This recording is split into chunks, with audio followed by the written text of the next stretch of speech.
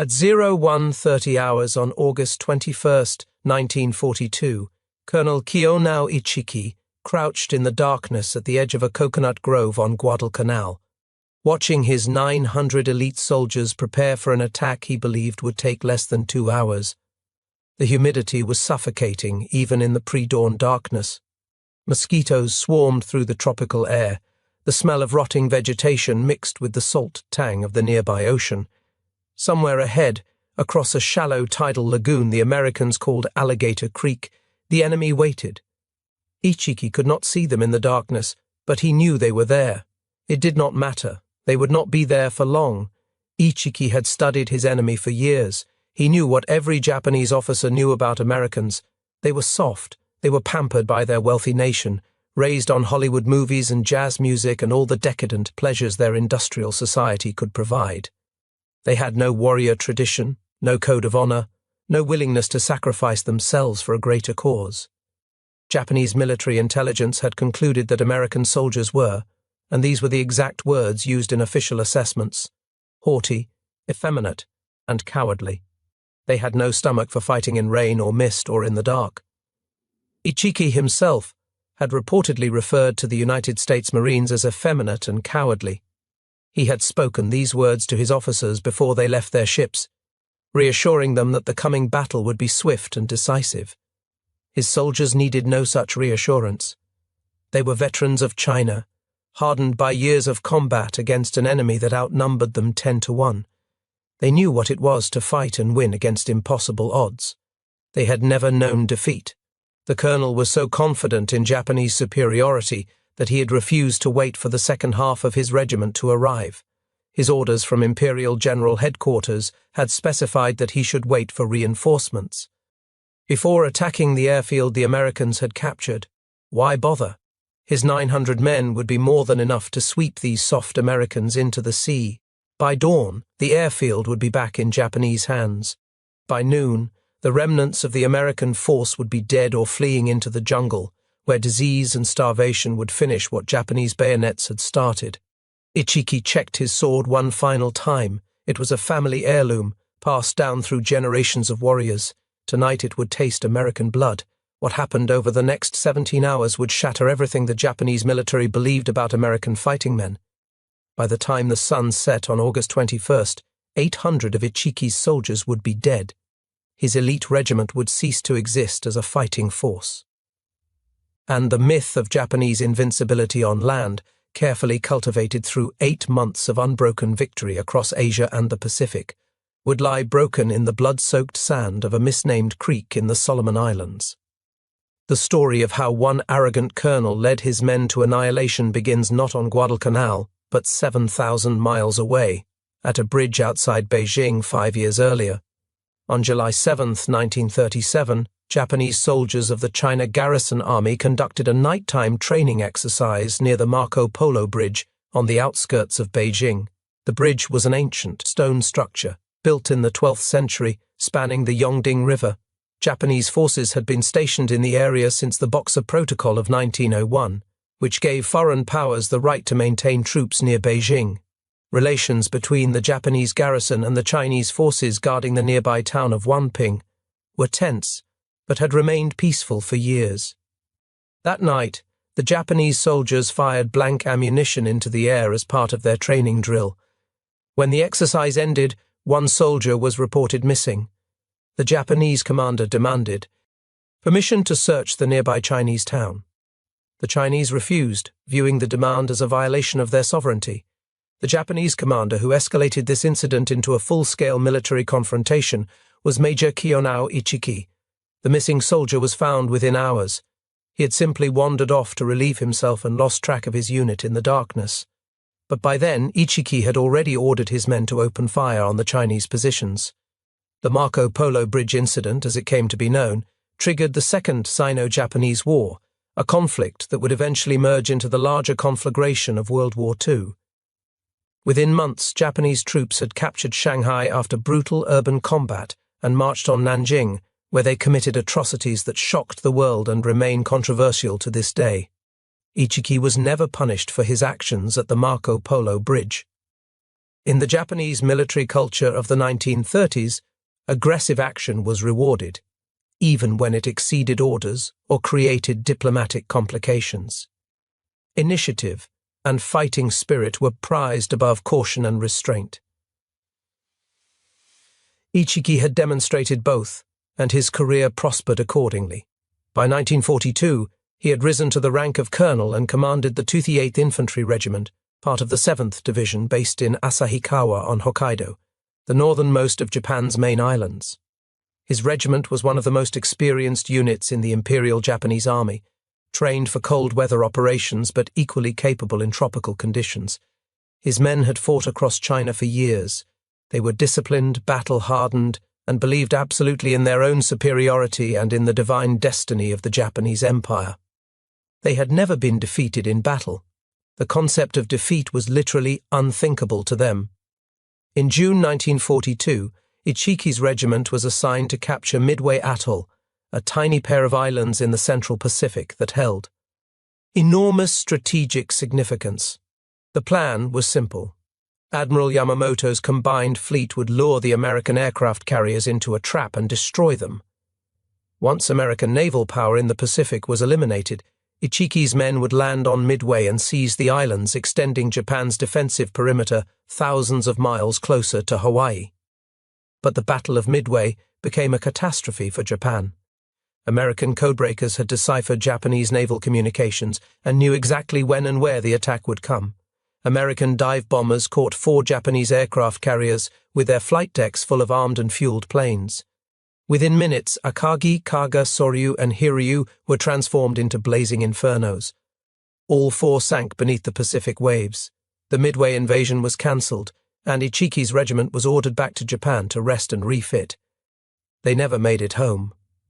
On August 7, 1942, approximately 11,000 United States Marines landed on Guadalcanal, Tulagi, and Florida Islands in the Solomon Islands chain. The Marines captured an airfield the Japanese had been building on the northern coast of Guadalcanal, a flat stretch of cleared jungle that would soon become one of the most fought-over pieces of real estate in the Pacific War. Japanese high command was stunned. This was the first American ground offensive of the war. It had to be stopped immediately, before the Americans could consolidate their position and turn the captured airfield into a functioning air base. Ichiki's regiment was the closest available unit. His transport ships were diverted from their course to Japan and redirected toward the Solomon Islands. His orders came directly from Imperial General Headquarters in Tokyo. Land on Guadalcanal. Recapture the airfield. Drive the Americans into the sea. Japanese intelligence estimated that only about 2,000 Americans had landed on Guadalcanal, and most of those were believed to be construction workers and support personnel rather than combat troops. The assessment was based on aerial reconnaissance that had spotted few American soldiers in the open and no large ships in the waters around the island. Japanese officers concluded that the Americans had probably withdrawn most of their forces after completing their initial landings. The assessment was catastrophically wrong. There were actually 11,000 Marines on Guadalcanal, and they were some of the best trained infantry in the American military. The 1st Marine Division, commanded by Major General Alexander Vandergrift, had spent months preparing for offensive operations. Many of the junior officers and enlisted men were young and had never seen combat, but they had been trained to exacting standards and were eager to prove themselves against the enemy that had attacked Pearl Harbor. But Ichiki did not question the intelligence reports. He did not send scouts ahead to verify the size of the American force. He did not request updated aerial reconnaissance. He did not need to. He knew what Americans were: effeminate, cowardly, incapable of standing against Japanese fighting spirit. The intelligence reports confirmed what he already believed, and that was enough. On the night of August 18th, 6 Japanese destroyers of Destroyer Squadron 2 slipped through the darkness of the Solomon Sea and approached the eastern coast of Guadalcanal. The warships carried Ichiki and 916 men of the first echelon of his regiment. A second echelon of approximately 1,200 additional soldiers would follow in the coming days. The destroyers arrived at Taivu Point around 1 in the morning on August 19th. The landing was uncontested. No American ships challenged the Japanese approach. No artillery fire greeted them on the beach. The men waded ashore through warm, shallow water and assembled in the darkness without incident. Ichiki was supposed to wait at Taivu Point for the second echelon to arrive. His full force of over 2,000 men would give him a much better chance against whatever Americans he might encounter. His orders specifically stated that he should not attack until his regiment was at full strength. He chose not to wait. As soon as his men were ashore and organized, Ichiki radioed his headquarters in Rabaul, the main Japanese base in the region. "We have succeeded in invasion," he reported proudly. Then he added a second message that revealed his absolute contempt for the enemy he faced. No enemy at all, like marching through a no-man's land. It seemed to Ichiki that the cowardly Americans were avoiding contact, hiding in their positions around the airfield rather than patrolling aggressively as Japanese soldiers would have done. Ichiki left a rear guard of about 100 men to protect his supplies and equipment at Taivu Point. With the remaining approximately 800 soldiers, he began marching west along the coastal trail toward the airfield. They moved through the darkness in a long column, confident that victory was only hours away. What Ichiki did not know was that the Americans were waiting for him, and they knew he was coming. The first warning came from American codebreakers. The same cryptanalysts who had broken Japanese naval codes before Midway were still monitoring enemy communications. On August 8th, Station Hypo, the Naval Intelligence Unit in Hawaii, intercepted a message connecting Ichiki's unit with Destroyer Squadron 2. 6 days later, on August 14th, another intercept revealed that the Ichiki detachment's destination was the naval code designation RXI. American intelligence knew that RXI meant Guadalcanal.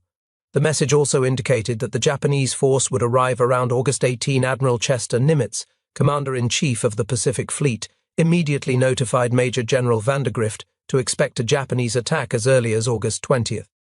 The Marines had time to prepare.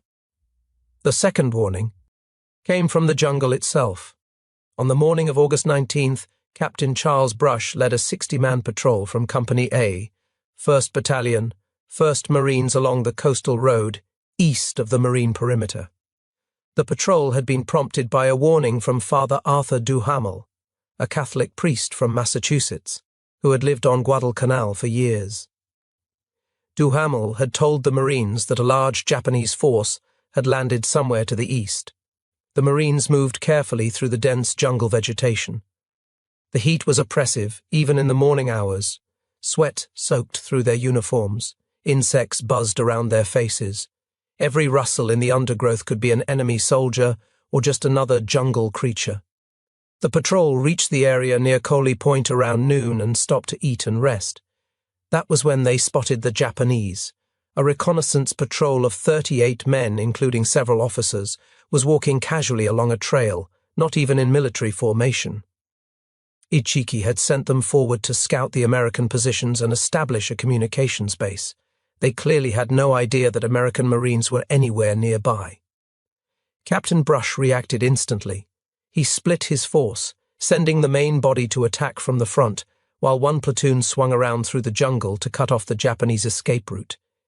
The ambush was devastating. The fight lasted less than an hour. All but 5 of the Japanese soldiers were killed. The Marines suffered 3 dead and 3 wounded. When Brush's men searched the Japanese bodies, they found documents that changed everything. Maps showed detailed Japanese intelligence of Marine positions around the airfield. Papers identified the dead men as belonging to the 28th Infantry Regiment, a unit far larger than a mere patrol. The documents did not specify exactly how many Japanese were on the island or when they planned to attack, but they confirmed what the codebreakers had already warned. A major assault was coming from the east.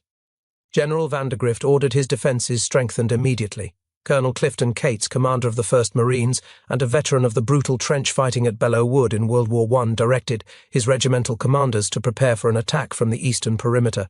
Lieutenant Colonel Edwin Pollock, commanding the 2nd Battalion, 1st Marines, was assigned to hold the most likely avenue of Japanese approach. Pollock was a no-nonsense Marine, a veteran of the Banana Wars in Central America, where he had learned the brutal realities of jungle combat. He studied the terrain east of the marine perimeter and identified the critical defensive position. Alligator Creek, a tidal lagoon that flowed into the sea, formed a natural barrier across the coastal approach to the airfield. At its mouth, a narrow sandbar about 50 feet wide and 100 feet long connected the two banks. Any attacking force coming from the east would have to cross that sandbar to reach the marine positions. Pollock positioned his men along the west bank of the creek. His battalion stretched for 2,700 yards, 1,000 yards along the coast, and the remainder covering the lagoon's western bank. Marines from the 2nd Battalion dug fighting holes in the soft earth, clearing fields of fire through the jungle vegetation. They strung a single strand of barbed wire across the sandbar. They positioned machine guns to create interlocking fields of fire that would turn the sandbar into a killing ground. Two 37mm anti-tank guns from Battery B, 1st Special Weapons Battalion, were placed to cover the sandbar. The gunners loaded them with canister rounds, ammunition originally designed for use against tanks, but devastating against infantry. Each canister round contained 122 steel balls that would spray out in a deadly cone when fired, turning the small cannon into a giant shotgun. Artillery batteries behind the line zeroed their guns on the east bank of the creek. Among the Marines waiting in the darkness was Private Al Schmid, a 21-year-old metal worker from Philadelphia who had enlisted in the Marine Corps 2 days after the attack on Pearl Harbor. Schmid had worked at the Dodge Steel Company before the war, burning steel with a cutting torch. He was engaged to a girl named Ruth Hartley, a salesgirl he had met in May 1941. Before shipping out, he had used a $60 bonus from his employer to buy her an engagement ring. Schmid was assigned as the assistant gunner on a .30 caliber water-cooled Browning machine gun, part of the 11th Machine Gun Squad, Company H, 2nd Battalion, 1st Marines. His crew commander was Corporal Leroy Diamond, a Jewish Marine from Brooklyn. The gunner was Private First Class Johnny Rivers, a Native American from rural Pennsylvania. The 3 young men had trained together at New River, North Carolina, and had become friends during the long voyage across the Pacific. Their position was on the west bank of Alligator Creek, directly facing the sandbar that any attacking force would have to cross. They had constructed their gun pit from sandbags and coconut logs, camouflaging it with palm fronds and jungle vegetation. The machine gun's barrel pointed across the 50 yards of murky water toward the darkness on the far bank. The Marines dug in, checked their weapons, and waited. They did not know exactly when the attack would come, but they knew it was coming soon. The third warning came from a man who should have been dead. Jacob Vuza was in his 40s in August 1942. He had been born in Tasimboco on Guadalcanal and had spent most of his adult life as a police officer in the Solomon Islands Protectorate Armed Constabulary, the colonial police force that maintained order in the British-controlled islands. He had risen to the rank of Sergeant Major, the highest position available to an indigenous islander, and had retired in 1941 after 25 years of service. When the Japanese invaded the Solomon Islands in early 1942, Vuza came out of retirement.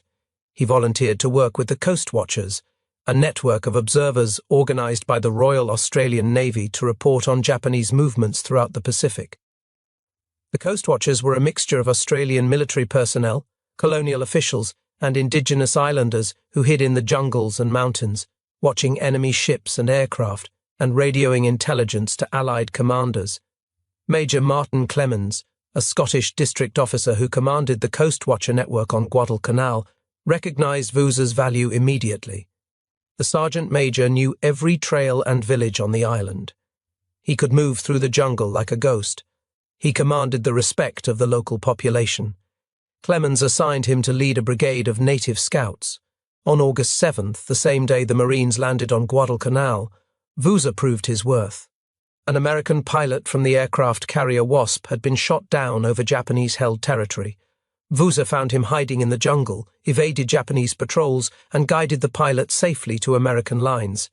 It was his first contact with the Marines, and he immediately offered his services as a scout. The Marines were grateful. They gave Vuza a small American flag as a token of their appreciation. He tucked it into his loincloth and wore it proudly. It was a gift from his new friends, the American warriors who had come to drive the Japanese from his homeland. On August 20th, Martin Clemens sent Vuza on a scouting mission behind Japanese lines. The sergeant major was to locate the enemy force that had landed at Taivu Point and determine its size and intentions. It was a dangerous mission. If he was captured, the Japanese would show him no mercy. Vuza moved through the jungle with the skill of a lifetime spent in these islands. He avoided Japanese patrols, gathered information on enemy positions, and began making his way back toward American lines. Then his luck ran out. While crossing a stream, he was swept off his feet by the current and carried downstream, right past a Japanese patrol that was waiting on the bank. The Japanese soldiers dragged him from the water and searched him. They found the small American flag hidden in his loincloth. There could be no doubt about his loyalties now. The soldiers tied Vuza to a tree and brought him before an English-speaking officer. The interrogation began. Where were the American positions? How many Marines were on the island? What weapons did they have? What were their defenses? Vuza refused to speak. He would not betray his friends. He would not help the enemy who had invaded his homeland. The Japanese tortured him for hours. They beat him with rifle butts. He said nothing. They slashed his face and arms with swords. He said nothing. They bayoneted him repeatedly in the throat, the chest, the shoulders, the stomach. Still he said nothing. The Japanese officer taunted him throughout the torture. He told Vuza that his Marine friends would die that night. He described in detail how the Japanese would attack, where they would cross the American lines, how they would slaughter the soft, cowardly Americans. The officer was confident that the emotional pain of knowing his friends would die might break Vuza when physical pain had failed, finally believing Vuza was dying or already dead. The Japanese left him tied to the tree and marched off to join the main column advancing toward the marine perimeter. Vuza did not die. After his captors were gone, he began to chew through the ropes that bound his hands. His throat had been slashed, making breathing difficult. Blood poured from multiple wounds. Every movement sent waves of agony through his body. But he kept working at the ropes until finally they parted. He fell to the ground and lay there for a moment, gathering his strength. Then he began to crawl. For nearly 3 miles, Jacob Vuza dragged himself through the jungle toward the marine lines, determined to warn his friends that the Japanese were coming. He reached the marine perimeter just before midnight. Sentries found him collapsed at the edge of the 2nd Battalion's position, barely conscious, covered in blood. They carried him to Lieutenant Colonel Pollock and Martin Clemens. Before he would allow anyone to treat his wounds, Vuza gasped out his warning. 250 to 500 Japanese soldiers were coming. They would attack the sandbar position. They would strike within minutes. Then finally he allowed the corpsman to take him to the field hospital. Vuza would receive 16 pints of blood and spend 12 days in the hospital. Against all odds, he would survive. Major General van der Grift personally awarded him the Silver Star for his refusal to give information under Japanese torture. The Marines also made him an honorary sergeant major in the United States Marine Corps, a title he would carry with pride for the rest of his long life. But that was in the future. Now, in the darkness of August 21st, the Marines had perhaps 10 minutes to prepare for the assault Vuza had warned them about. The word spread quickly along the line. Officers checked their men. Machine gunners made final adjustments to their weapons. Riflemen settled into their foxholes and peered into the darkness across the creek. Everyone waited. At 01:30, the first Japanese wave burst from the coconut grove on the east bank of Alligator Creek. About 100 soldiers charged across the sandbar, screaming and firing their weapons. Green flares arced overhead, casting an eerie glow across the battlefield that turned everything the color of sickness and death. Japanese officers waved their swords, urging their men forward. The soldiers ran in a crouched position. Bayonets thrust forward, shrieking battle cries that echoed across the water. They were meant to terrify the soft, cowardly Americans into fleeing from their positions in panic. The Marines did not flee. They had been trained for this moment. They had been waiting for this moment. They held their fire until the Japanese were halfway across the sandbar, committed to the crossing with no cover and no way to retreat. Then they opened fire. The noise was overwhelming, a continuous roar of rifle fire and machine guns that seemed to merge into a single enormous explosion. The 37mm guns fired canister rounds that tore into the charging soldiers with devastating effect, spraying steel balls into the packed mass of Japanese infantry. Traces streaked across the water like deadly fireflies. The Marine machine guns traversed back and forth across the sandbar, cutting down anyone who remained standing. Japanese bodies piled up on the sandbar. Men fell on top of men. Some soldiers tried to crawl forward over the bodies of their comrades, only to be cut down themselves. A handful made it to the barbed wire on the Marine side and threw themselves at the obstacle, trying to tear it apart with their bare hands. They were killed at point-blank range. A few Japanese actually made it across the wire and reached the Marine positions where they fought hand-to-hand before being overwhelmed. The first attack collapsed in minutes. Bodies lay scattered across the sand, some half buried in the churned earth, others floating face down in the shallow water. The survivors fell back to the coconut grove on the east bank, dragging wounded comrades with them. Any competent commander would have recognized that the frontal assault had failed. The Americans were not fleeing, they were not cowardly. They were dug in, well-armed and clearly prepared for exactly this kind of attack. A sensible officer would have pulled back, reassessed the situation, waited for reinforcements, and tried a different approach. Colonel Ichiki was not a sensible officer. He was a believer. He believed in Japanese superiority. He believed in the power of fighting spirit to overcome material obstacles. He believed that courage and determination would always defeat soft Western enemies who lacked the will to sacrifice themselves. He ordered a second assault. At 02:30, between 150 and 200 Japanese soldiers charged the sandbar again. This time they came after a mortar barrage that crashed down on the Marine positions. The Marines simply huddled in their foxholes until the shelling stopped, then rose to meet the attack. Once again, the Marines held their fire until the attackers were committed to the crossing. Once again, the carnage was horrific. The 37mm guns fired so many canister rounds that their barrels glowed red-hot in the darkness. Machine gun barrels overheated and had to be changed. Riflemen fired until their shoulders ached from the recoil. At the machine gun position on the west bank, Johnny Rivers was feeding ammunition while Al Schmid spotted targets and called directions. Corporal Diamond coordinated their fire, directing them toward the thickest concentrations of attacking infantry. The Browning hammered away, its water-cooled barrel allowing sustained fire that would have burned out an air-cooled weapon. Then a burst of Japanese bullets struck Rivers in the face. He died instantly, falling back into the gun pit with his eyes open and staring at nothing. Schmid felt rage burn through him. Rivers had been his friend. Now he was dead, killed by the Japanese soldiers still pouring across the sandbar. Schmid shoved Rivers' body aside and took over the gun, pressing his face against the stock and squeezing the trigger. For the next 4 hours, Schmid fired continuously as wave after wave of Japanese soldiers tried to cross the creek. Diamond reloaded belts of ammunition until a bullet shattered his arm, rendering it useless. Now Schmid was doing both jobs, firing and reloading, keeping the gun in action even as Japanese bullets shredded the water jacket, and the barrel began to overheat dangerously. He fired in short bursts to prevent the weapon from jamming, but the barrel glowed red despite his efforts. Around 0500, Ichiki tried a different approach. He sent a company of soldiers into the ocean surf to wade around the eastern end of the Marine line. They would come up the beach and attack from a direction the Americans were not expecting, but the Marines had anticipated this possibility. Machine guns and the 37mm guns swung to cover the beach approach. The Japanese emerged from the surf into a storm of fire. Dozens died on the wet sand before they could advance more than a few yards. Bodies washed up on the shore and lay half buried in the sand, moved by the gentle waves. Every attack failed. The cowardly Americans would not break. The effeminate Marines stood their ground and killed anyone who tried to cross the creek. The beach was littered with Japanese dead. The sandbar had become an open grave. The water ran red with blood. As dawn approached, Ichiki ordered his surviving men to pull back into a coconut grove about 200 yards east of the sandbar.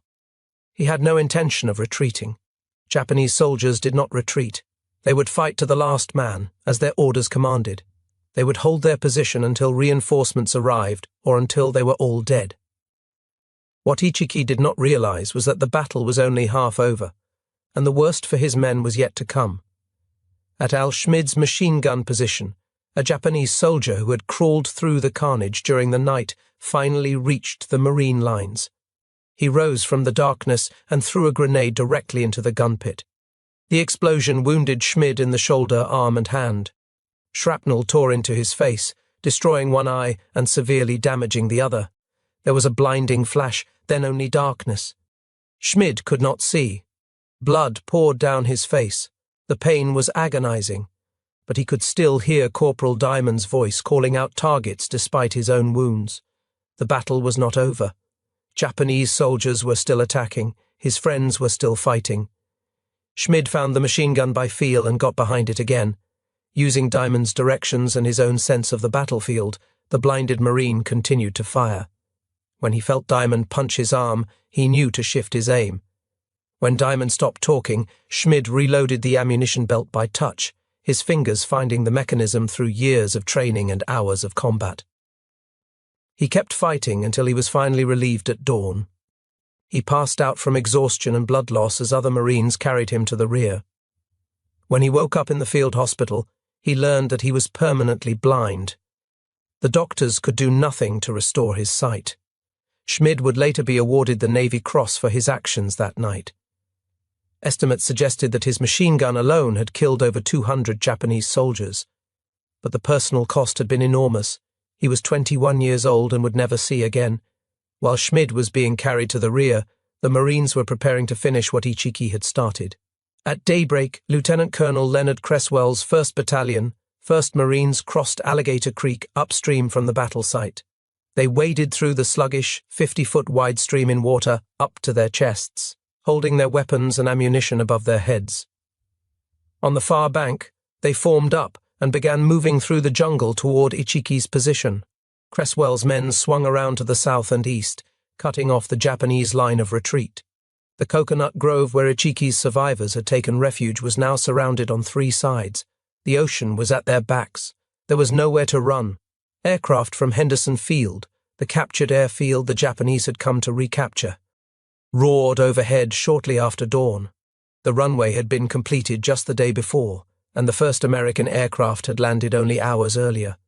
Now those planes were in the air, providing direct support to the Marines on the ground. Grumman Wildcat fighters from Marine Fighting Squadron 223 strafed the Coconut Grove, with 50 caliber machine gun fire. Douglas Dauntless dive bombers added their firepower to the destruction. Japanese soldiers who tried to escape down the beach were cut down from the air. Then the tanks arrived. 4 light tanks from 1st Tank Battalion rumbled across the sandbar and into the Coconut Grove. The light tanks were small by armoured standards, weighing only about 14 tons, with thin armour that could be penetrated by anti-tank weapons. But the Japanese infantry had no effective anti-tank weapons. They had not expected to face American armour, and they had nothing that could stop the steel monsters now rolling toward them. What followed was a slaughter. The tanks swept through the Coconut Grove, firing 37mm cannon and multiple machine guns into clusters of Japanese soldiers. Richard Tregaskis, an American war correspondent who watched the attack from the Marine lines, later wrote that it was like a comedy of toys, something unbelievable, to see them knocking over palm trees. But there was nothing comedic about what happened to the men in the grove. Group after group were flushed from cover and shot down by the tanks' canister shells. Some Japanese soldiers tried to stop the tanks by climbing onto them and attacking with swords and grenades. The tankers had practiced for this. They maneuvered close to each other and raked their companion tanks with machine gun fire, killing the Japanese clinging to the hulls. The tanks did not merely shoot the Japanese. They rolled over the bodies, both living and dead, crushing them beneath their steel treads.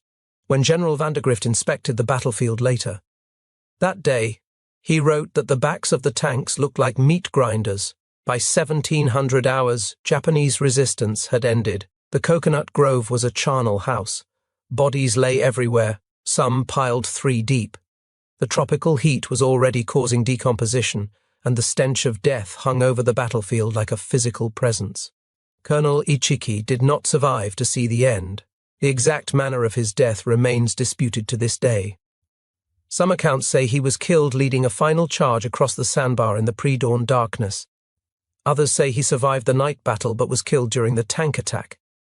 Still others maintain that after the battle was clearly lost, He gathered his surviving officers, burned his regimental colors to prevent their capture, and then committed ritual suicide by shooting himself. What is certain is that Kiyonao Ichiki died in that coconut grove on August 21, 1942, along with most of the men he had led to their deaths, of the 917 soldiers who had landed with Ichiki at Taivu Point. Only 128 survived the battle. Approximately 774 to 800 were killed, depending on the source consulted. This represents a casualty rate of approximately 87% in a single engagement. Only 15 wounded and unconscious Japanese soldiers were taken prisoner. About 30 managed to escape through the jungle and reach the rear guard at Taivu Point. The Marines lost between 34 and 44 killed and approximately 75 wounded. The casualty ratio was staggering. For every American who died, nearly 20 Japanese soldiers perished. It was an annihilation so complete that Japanese headquarters initially refused to believe the reports. When the first message reached Rabaul on the night of August 21st, Lieutenant Colonel Hiroshi Matsumoto, the operations officer who had met with Ichiki before his departure, told the commander of the 17th Army that it was a false report. It did not seem possible that Colonel Ichiki, a veteran he knew personally, had been killed along with most of his regiment.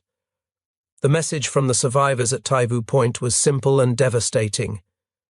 The first echelon of the Ichiki detachment was almost annihilated this morning at a point short of the airfield. The reaction in Rabaul was disbelief, followed by shock. The invincibility of the mighty Imperial Army had been shattered. The haughty, effeminate, and cowardly Americans had not only stood their ground, they had destroyed an elite Japanese regiment in a single night. The Battle of the Tenaru, as it came to be known despite being fought at Alligator Creek, rather than the actual Tenaru River 2,000 yards to the east, was the first major land victory for American forces in the Pacific War. From Pearl Harbor to Guadalcanal, a span of 8.5 months, the Japanese had seemed unstoppable. They had captured Hong Kong, Malaya, Singapore, the Dutch East Indies, the Philippines, Wake Island, Guam, and dozens of other Pacific territories. Their soldiers had defeated British, Dutch, Australian, and American forces in battle after battle. Now, for the first time, the Japanese had been beaten decisively on the ground, and beaten badly. The psychological impact on both sides was profound. For the Americans, the battle proved that Japanese soldiers could be killed in large numbers when they attacked prepared defensive positions. The mystique of Japanese invincibility, carefully cultivated through months of unbroken victory, evaporated in the blood-soaked sand of Alligator Creek. General Vandergrift wrote to the Marine Corps Commandant, Lieutenant General Thomas Holcomb, after the battle. "These youngsters are the darndest people when they get started you ever saw." For the Japanese, the shock was even greater. Their entire military philosophy was built on the idea of spiritual superiority. Japanese fighting spirit, they believed, could overcome any material disadvantage.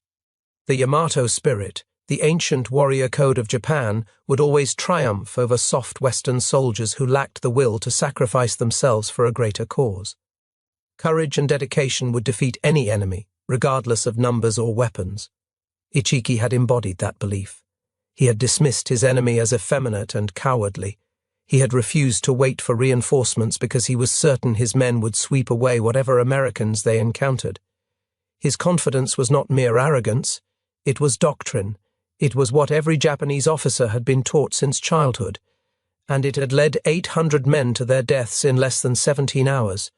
Japanese commanders did not learn the right lessons from the disaster. Instead of recognizing that frontal assaults against prepared positions were suicidal regardless of the attacker's fighting spirit, they concluded that Ichiki had simply not brought enough men. The solution was to send more troops and try again with greater force. 3 weeks later, Major General Kiyotake Kawaguchi attacked the marine perimeter with approximately 6,000 soldiers at what became known as the Battle of Edson's Ridge, or Bloody Ridge. He came much closer to success than Ichiki had, nearly breaking through the American lines in brutal hand-to-hand combat that lasted for 3 nights. But he too was defeated, with over 800 Japanese killed. In October, Lieutenant General Harukichi Hyakutake himself came to Guadalcanal with approximately 20,000 troops and launched yet another major assault. Once again, the Japanese attacked prepared positions. Once again, they died in enormous numbers. The Battle of Henderson Field cost the Japanese nearly 3,000 killed. The pattern would repeat itself throughout the Pacific War. Japanese commanders kept ordering frontal assaults, confident that spiritual superiority would overcome machine guns and artillery. American Marines and soldiers kept killing them in devastating numbers. The terrible exchange ratio at Tanaru, where the Japanese lost nearly 20 men for every American killed, would be seen again and again at islands across the Pacific. The Battle of the Tanaru also revealed another grim reality that would characterize Pacific combat for the rest of the war. Japanese soldiers almost never surrendered. Of the approximately 800 Japanese killed at Alligator Creek, only 15 wounded and unconscious men were taken prisoner. Even then, some of those prisoners died of their wounds or refused medical treatment. More disturbing was what happened after the main fighting ended. As Marines walked through the coconut grove examining the battlefield and collecting souvenirs, wounded Japanese soldiers who had been playing dead suddenly opened fire. Others grabbed grenades and tried to take their killers with them. 3 Marine officers, including Lieutenant Colonel Cresswell, narrowly escaped when a Japanese sergeant suddenly sat up and tried to shoot them. The Marines quickly learned that they could not show mercy to wounded Japanese soldiers. Anybody on the ground might suddenly produce a weapon or a grenade. The grim practice of shooting or bayoneting any Japanese soldier who moved, regardless of whether he appeared wounded or dead, became standard procedure. It was brutal, but it saved American lives. General Vandergrift wrote to the Marine Corps Commandant about this phenomenon. "I have never heard or read of this kind of fighting," he explained. "These people refuse to surrender. The wounded wait until men come up to examine them and blow themselves and the other fellow to pieces with a hand grenade. This willingness to die rather than surrender, often taking Americans with them, would become one of the defining characteristics of Pacific combat." By February 1943, the Japanese evacuated their surviving forces from Guadalcanal. They had lost over 20,000 soldiers on the island, many of them to disease and starvation as American control of the surrounding waters cut their supply lines. The Americans lost fewer than 2,000 killed in action during the entire 6-month campaign. The campaign that began with Ichiki's arrogant assault had become a catastrophe for Japan, and it had begun the long, bloody road that would eventually lead to Tokyo Bay. The men who fought at Alligator Creek carried the memory of that night for the rest of their lives. Al Schmid returned to the United States in the fall of 1942 and underwent numerous operations on his eyes and face at the Naval Hospital in San Diego. Through the efforts of Virginia Pfeiffer, a Red Cross worker who helped him through his rehabilitation, Schmid began the long road back to some kind of normal life. He regained partial sight in one eye, enough to live actively despite his disability. He married his sweetheart, Ruth Hartley, in April 1943. His story was told in a book titled Al Schmid, Marine by Roger Butterfield, and then in a Warner Brothers film called Pride of the Marines, released in 1945, with actor John Garfield playing Schmid. The film brought his story to millions of Americans on the home front. Schmid and Ruth had a son and daughter and lived quietly in Philadelphia before eventually moving to St. Petersburg, Florida. He took up fishing and learned to play the organ. He became an amateur radio operator. He never sought fame or attention, preferring to live as normal a life as his disability would allow. But every year, on the anniversary of the battle, Al Schmid would sit alone in his home, remembering Johnny Rivers, who had died beside him, remembering the long night of firing at enemies he could eventually no longer see, remembering what it had cost to prove that Americans were not cowardly after all. Al Schmid died of cancer in December 1980, at age 62. He was buried with full military honors at Arlington National Cemetery, where he lies among the other heroes of American wars. Corporal Leroy Diamond, who had directed Schmid's fire even after being wounded, survived the war and lived to exchange letters with historians about his experiences well into the 1990s. He remained proud of what his machine gun crew had accomplished that night. Jacob Vuza became a legend in the Solomon Islands and among the Marines who served there.